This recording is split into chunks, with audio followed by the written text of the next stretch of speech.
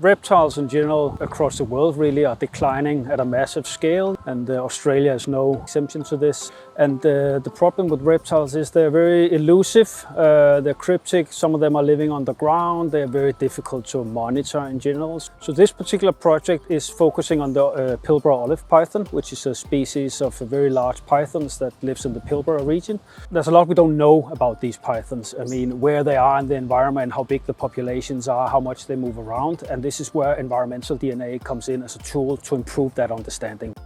So our hope is, and our aim is, to go out there and take soil samples, water samples, and then detect the DNA from these pythons as an evidence of their presence in that particular environment.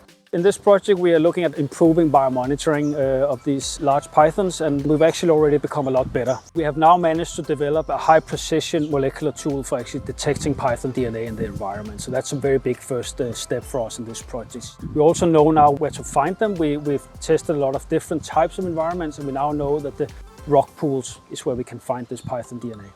Biodiversity is impacted everywhere, and I think we should all care about the state of health of our environment. And the first step is really understanding the current state of biodiversity. And this is where environmental DNA comes in as a biomonitoring tool.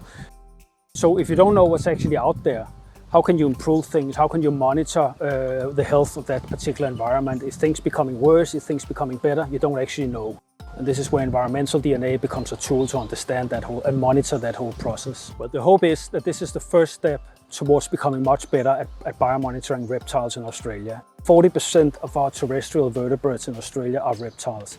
If we cannot monitor them very accurately, we have a big problem in this country in terms of our conservation of our vertebrates. Working now with the olive python as a model organism is a solid first step in that direction, and this project can then expand into becoming better at biomonitoring reptiles across Australia.